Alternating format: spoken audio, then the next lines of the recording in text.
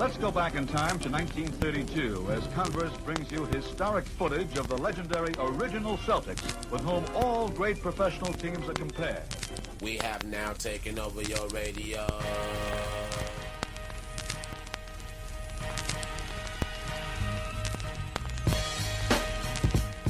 Richie Guerin is about to show you the most important step in getting past a man. It's the first one. And Oscar will inbound it. The men in green, the Milwaukee Bucks, that's Alcindor against Bellamy. Has Jordan. Allen shakes free. Gets two! Gilmore on stop! Oh, brother. Lead Toledo Artists. You get 21. 4:28 to go in the first quarter for the Cow Palace. Here's Barry. Jordan. Open. Chicago with the lead.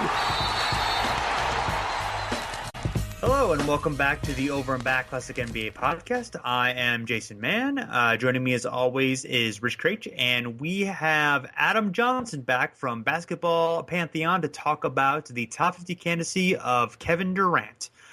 So looking at kind of the basic case, he is 92nd all-time in win shares, 15th all-time in win shares per 48, 23rd in box score plus minus, and 68th in value over replacement player. He has been on the All-NBA first team 5 times. He has been a one-time MVP so far.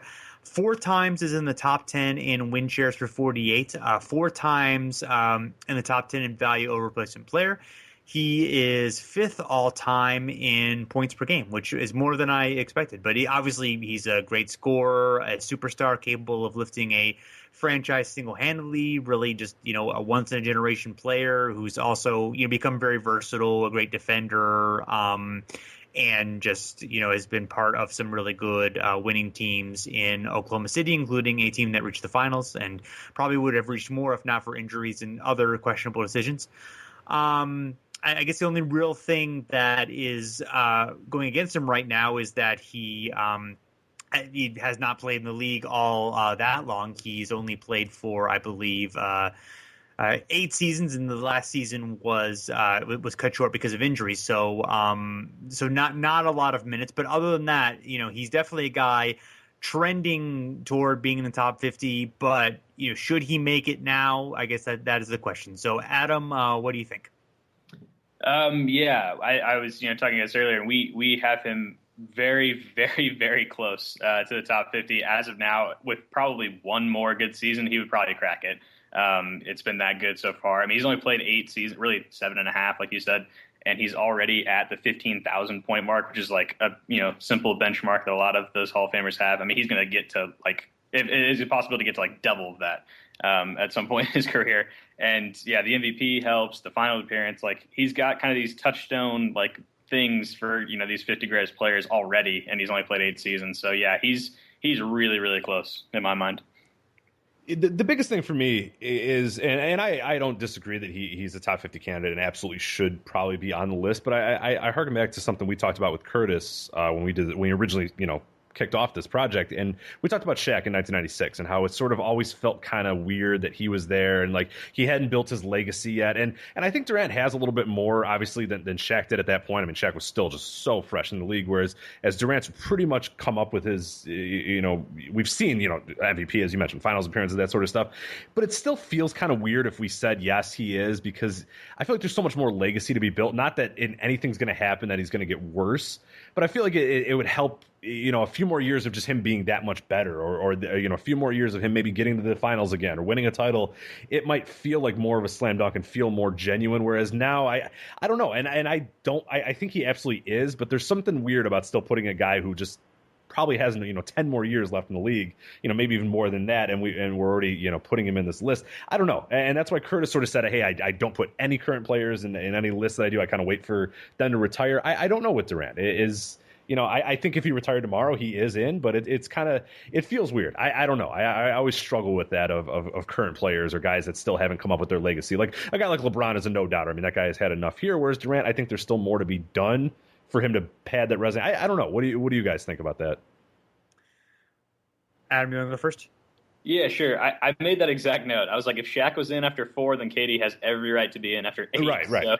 So that part of it is tough. But yeah, it's 8's such a weird number. It's like if it was just 10, it'd be like exactly. So, yeah. I have no problem with 10, but it's like he's got 2 more years of like super prime, and like what can he do in those 2 years? Like it feels hollow to say he's in right now when it might. I mean, not that he might not pad it a little bit more, but I don't know. It's interesting. Yeah, I mean, I kind of think once you're in, you're in. I mean, he has, in addition to the 1 MVP, he has 3 runners up at MVP.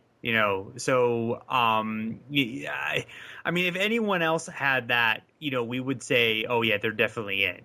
I mean, it would take an exceptional, almost case for us to not say that. I mean, I just think like he's accomplished enough. Like I get what I get what you're saying.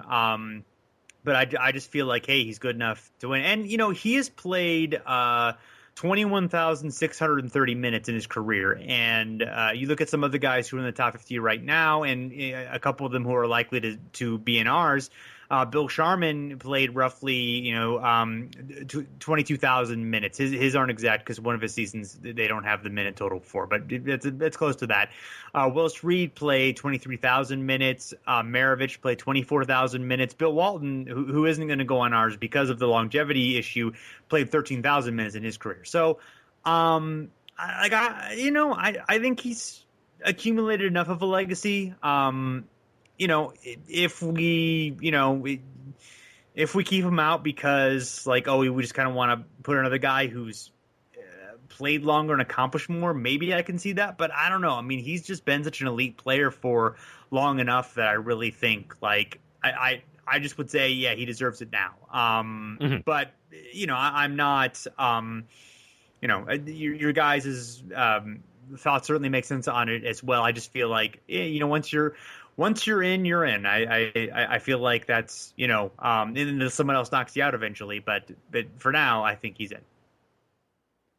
Yeah. And I think, go ahead, Adam. Sorry. No, that's fair. I think that's fair. And my thing is not as much like because of the years played. It's more like like I told you guys, I mean, our list, he's 51. I mean, so it's like almost like if he would have finished this season healthy, he probably would have. It's like that close. So ours is not based on years because there's going to be people who have 4 years played who are on our list because of what they've done in those 4 years. But that's not totally my thing. But I see what you're saying. Like that's like a kind of an iffy thing. People are like, oh, once you're in or you're in. I agree with that element of it. I don't think there's anything that can like knock you out other than just a player, that comes along that's better. But yeah, I mean, he's like been the leader of a franchise pretty much since he was drafted, and has done an amazing job at that. And has had 5, give or take this half season, just amazing seasons, offensive seasons, and became a really good defensive player in that 2014 MVP season. So, I'm like right on the fence with him being in or not. Real quickly, do some advanced stats here. Look at how he compares Aaron position. He's second in points per 36, fourth in free throw attempts per 36, third in win shares per 46, second in overall win shares, and second in value over replacement player. Unfortunately, that LeBron James guy plays in the NBA with him, so he'll always be second in some of those stats. But all time, and this really gives you a nice snapshot of where he's at right now, in only 8 years. First in points per 36, all time. So he actually leapfrogs LeBron in this by, just immediately being great, whereas LeBron, took 1 or 2 years to really get his scoring chops together. 14th in free throw attempts per 36, 6th in win shares per 40. I thought that was very important for a guy, of his stature. 40th in win shares, and then 29th in value over replacement player. I think the biggest one there I look at is win shares. I mean, when you talk about a cumulative stat like win shares, and you talk about a guy who's only in 8 years and he's 40th, like that's, that's a lot. I mean, that is really, really, really impressive for a guy that, like we said, possibly has 10 more years under his belt. Maybe more than that, and that's he's already accumulated that much. Is pretty insane. Yeah, I can't add anything to that. So, Adam, anything else you'd like to say about KD? Yeah, we talked last time about kind of with Pau Gasol about how. What do you do with like international stuff and like do you measure things like that? If you do measure international stuff, he is a monster at the international level. The 2 tournaments he's played in for the U.S., he was the best player, I thought, on both of those teams. Especially in 2010, he carried the team and just like huge performance after huge performance. And that stuff, if you're measuring it, that definitely counts. But yeah, already at 93.4 win shares, I was noting that too. That's incredible after 7.5 years. And the playoff moments, I mean, for legacy stuff, I mean, you can just, name some already. And like I was at a game in the 2012 conference finals, game 4, where they basically just ran the exact same play like 10 times in a row. And he scored, I think, 9 out of the 10. Scott Brooks did that? No. yeah, no, and it was shocking that he would call that same play. But it's like he actually had a player that made it work. It's like right. That's the sad thing is like he actually had a player that no one could stop with the Spurs. Like they tried so many different things. It was just a simple pin down. Like Westbrook would throw it to Harden on the left wing, he'd pin down screen for Durant, he'd catch it at the free throw line, and he would just score, just in whichever way. And then one time they jumped on it and he threw a backdoor alley-oop to him, and it's just like, what do you do to guard this guy? And so that was just in year 5 that he was at that level. So yeah, I mean, the guy is like an amazing talent, and yeah, I would have no real arguments with y'all eventually putting him in. All right, well, go ahead. Sorry, one thing. Yeah, he's just gonna be I want to put him in, but I don't know. I'm going to wrestle with that till the end. I think absolutely. I think when push comes to shove, I probably will have him in. But if Curtis wasn't so strong, Curtis convinced me on the guy. Like, don't put guys in when they're still currently playing. But I don't know. I have no idea because then I can't leave LeBron out and that sort of stuff. So I feel like Durant's going to make it. Push comes to shove when it's all said and done. But it's going to be interesting to see. Sort of who he goes in above and who we sort of take out to put him in. But yeah, I mean, in terms of it, and don't read this into me not thinking he's an all-time great. He absolutely is. But yeah, it'll be fun to see. He's going to be an interesting one, and I could see some people absolutely agreeing with it, and I could see some people taking issue with it as well, which both fairly and unfairly on both those ends. So sure, yeah, and I think he'll it'll be interesting to kind of see where he where he fits the cutoff line for sure. So. Yeah. All right. Well, thanks everyone for listening. You can we're going to keep doing these top 50 shows throughout the rest of the offseason until we come to our grand conclusion. So thanks for listening. You can find us at hardwoodparoxysm.com. We also have our forums at overandbacknba.com.